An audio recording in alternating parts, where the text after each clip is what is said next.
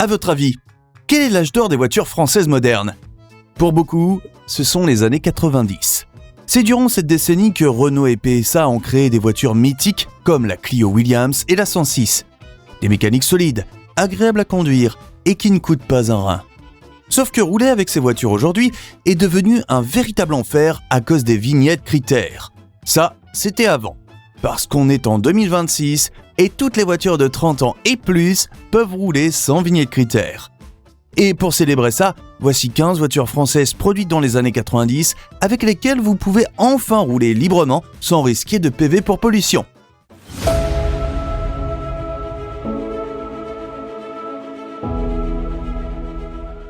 Commençons par une qui a marqué toute une génération. Numéro 1, Renault Sport Spider, 1995-1999. Commençons notre classement avec une voiture assez rare, même à sa sortie. La Renault Sport Spider. Produite de 1995 à 1999 à seulement 1726 exemplaires, c'est un roadster qui incarne la philosophie du sport automobile à l'état pur. Châssis entièrement en aluminium, absence totale de pare-brise sur les premières versions, juste un simple saut de vent. Moteur de la Clio Williams, monté en position centrale arrière. Mais ce ne sont pas ces caractéristiques qui l'ont fait entrer dans l'histoire. Non, c'est à cause d'un tout autre détail. Son badge. La Spider est la première voiture de série à porter le logo Renault Sport.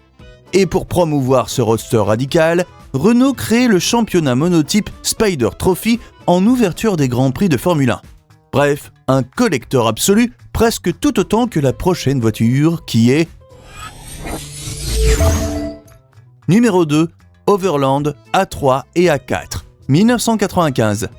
L'Overland A3 est un tout-terrain franchisseur 100% made in France qui n'a rien à envier à une Jeep ou à un Defender. Sorti en 1988, il s'est assez mal vendu auprès des civils, à peine 1000 exemplaires. Par contre, les pompiers et les militaires l'adorent. L'A3 s'est surtout fait connaître du grand public à cause de ses mouvements musclés lors d'expéditions en Afrique et de raids 4x4.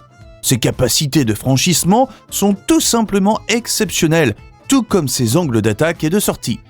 Cerise sur le gâteau, il est motorisé par l'increvable moteur diesel Peugeot 1,9 litre XUD. Que demander de plus à ce petit 4x4 châssis court ? Mais bon, le sujet de la vidéo, ce sont les véhicules de 95-96. Alors pourquoi je parle d'un 4x4 de 88 ? Eh bien parce qu'en 95, l'A3 est décliné en 4 portes et devient l'Overland A4.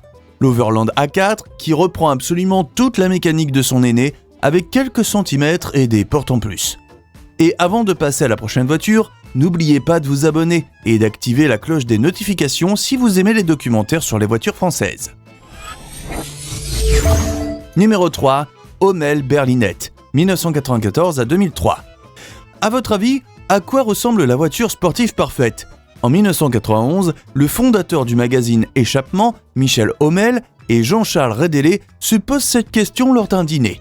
Michel Hommel lance un sondage auprès de ses lecteurs en avril 1991 et les attentes des lecteurs sont claires. Ils veulent un petit véhicule proche de l'Alpine Berlinette, léger, sans aide à la conduite et avec une propulsion avec moteur central arrière. Et voilà comment naît la Hommel Berlinette en 1994.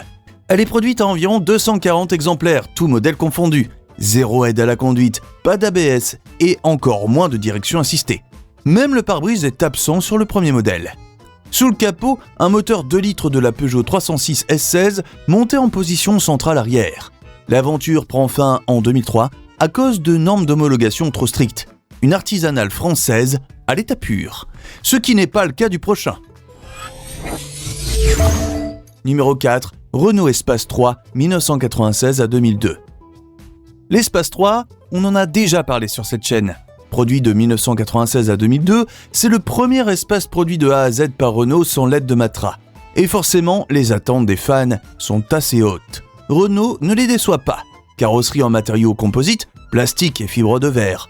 Tableau de bord central digital futuriste pour l'époque, siège arrière pivotant et interchangeable sur rail.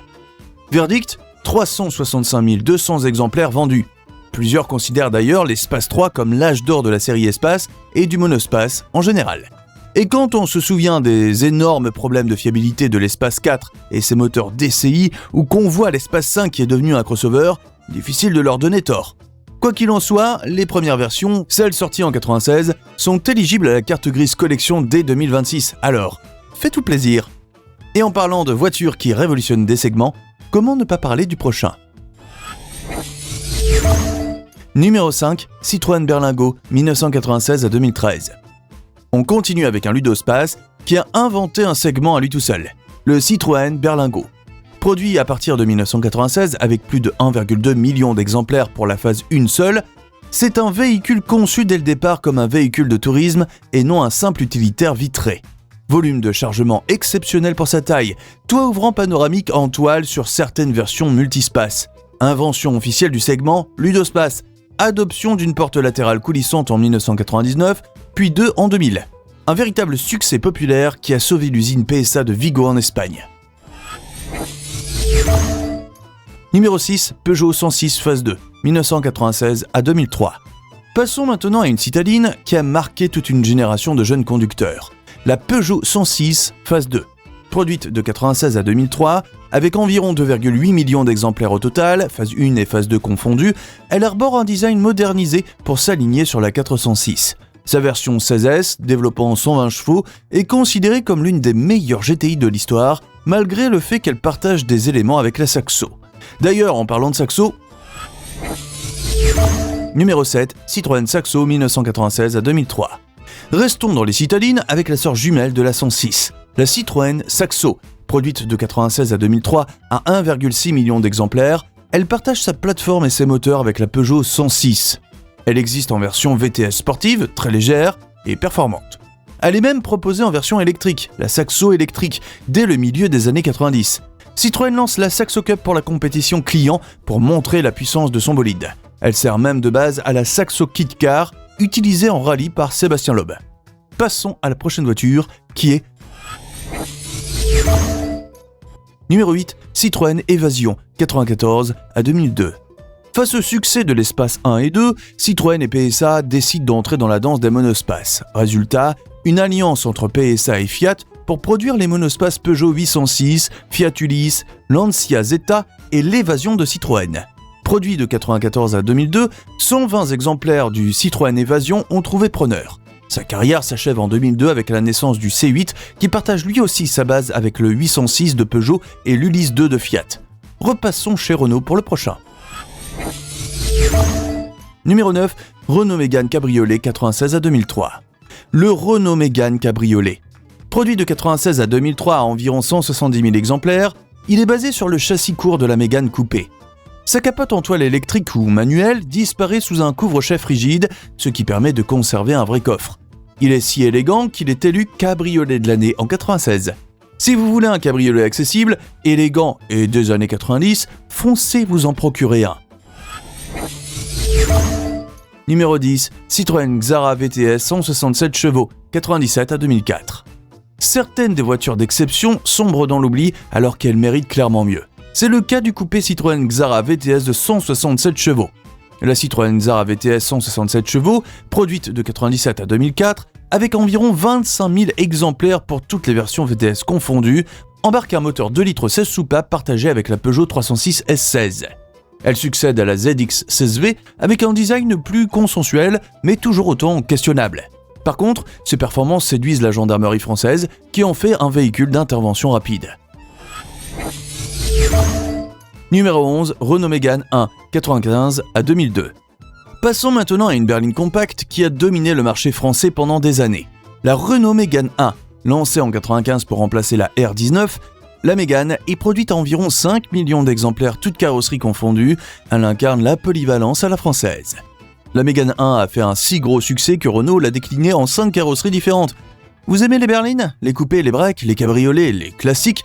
Vous allez être servi. À coup sûr, si les SUV étaient populaires à cette époque, Renault aurait certainement fait une Mégane SUV. D'ailleurs, dites en commentaire ce que vous pensez de cette idée. Une déclinaison de la Mégane 1 a fait son carton en 1996. Le numéro 12, Peugeot 406, 1995 à 2004. On arrive dans le top 4 avec une berline familiale qui a marqué toute une époque, la Peugeot 406. Produite de 1995 à 2004 avec plus de 1,6 million d'exemplaires, elle arbore un châssis considéré comme une référence mondiale pour son compromis confort-tenue de route. C'est la voiture préférée des flottes administratives et ministérielles françaises de l'époque. Hors de l'Hexagone, la 406 se fait surtout connaître via le film Taxi de Luc Besson. Numéro 13, Citroën Xantia Activa, 1995 à 2001. On entre dans le top 3 avec une berline technologique qui a défié les lois de la physique. La Citroën Xantia Activa. Produite de 1995 à 2001 à seulement 18 242 exemplaires, elle embarque le système SC-Car, système Citroën de contrôle actif de roulis, qui lui permet de virer totalement à plat. Fait intéressant, elle détient toujours le record mondial du test de l'élan, le Moose Test, devant des supercars. Devenu aujourd'hui un collector très recherché pour sa complexité technique unique, une prouesse technologique à la française. Numéro 14, Renault Safrane Biturbo, 93 à 96. Renault est les tentatives de concurrencer les Allemands sur le segment premium, ça ne date pas d'hier. En 93, Renault remet le couvert et lance le Renault Safrane Biturbo. Une berline statutaire motorisée par un moteur V6 PRV couplé à une transmission intégrale permanente Quadra. Pour lui donner naissance, Renault s'associe aux Allemands Hartge et Irmscher pour le moteur et la finition. Résultat de cette complexité, la Safrane Biturbo est l'une des voitures françaises les plus chères de son époque. Aujourd'hui, un collecteur absolu recherché par les passionnés. Numéro 15, Renault Master 2, 97 à 2010. Et on termine ce classement avec un utilitaire qui a révolutionné son segment, le Renault Master 2. Produit de 1997 à 2010 à plus de 1,2 million d'exemplaires, il arbore un design révolutionnaire avec des poignées de porte verticales. Le Renault Master 2 partage sa base avec l'Opel Movano et l'Interstar de Nissan. Ensemble, ils introduisent les moteurs à injection directe DTI. En 1998, il remporte le titre de l'utilitaire international de l'année. Avec ces voitures, les constructeurs automobiles tricolores étaient clairement à leur pic dans les années 80-90. Pourtant, c'est pile à ce moment qu'ils ont pris l'une des décisions les plus catastrophiques pour l'automobile française. Fermer les industries et délocaliser à fond. Cliquez sur l'image qui s'affiche sur votre écran pour découvrir notre documentaire sur les 10 fermetures d'usines de construction en France qui ont mis notre industrie à terre.